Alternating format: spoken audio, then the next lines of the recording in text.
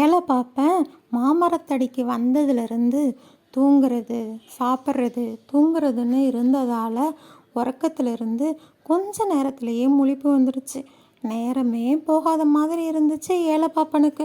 கொஞ்ச நேரம் அப்படி இப்படின்னு இந்த இடத்துலையே ஓட்டிட்டு கிளம்பிட வேண்டியதான்னு அங்கேயே இருந்தார். மாமரத்தில் நிறைய மாம்பழங்கள் பழுத்து கீழே விழுந்துருந்துச்சு. சரி, சாப்பிட்டு தான் ரொம்ப நேரம் ஆகிடுச்சே, அந்த மாம்பழங்களை எடுத்து சாப்பிடுவோன்னு ஒன்று ஒன்றா எடுத்து சாப்பிட்டு மாங்கொட்டையை அங்கிட்டு இங்கிட்டும் தூக்கி போட்டார். அதில் ஒரு மாங்கொட்டை கொஞ்சம் தூரத்தில் இருந்த எறும்பு புத்தில் போய் விழுந்துருச்சு. அப்புறம் திடீர்னு புத்தில் தூங்கிட்டு இருந்த பாம்பு வெளியில் வந்து படம் எடுத்து ஆட ஆரம்பிச்சிருச்சு. இதுக்கு முன்னாடி பாம்பு படம் எடுத்து ஆடுறத ஏழை பாப்பன் பார்த்ததே இல்லை.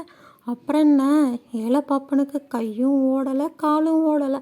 மறக்காமல் தூக்குப்போனியையும் மஞ்சப்பையையும் எடுத்துக்கிட்டு ஒரே ஓட்டம் பிடிச்சிட்டாரு.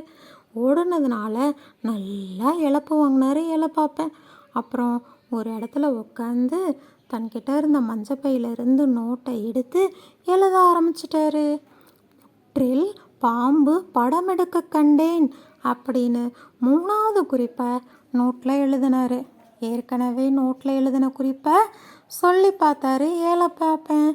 அந்தி மாலையில் சூரியன் மறைய கண்டேன், தெருவில் நாய்கள் குறைக்க கண்டேன், புற்றில் பாம்பு படம் எடுக்க கண்டேன் அப்படின்னு சொல்லி பார்த்தாரு.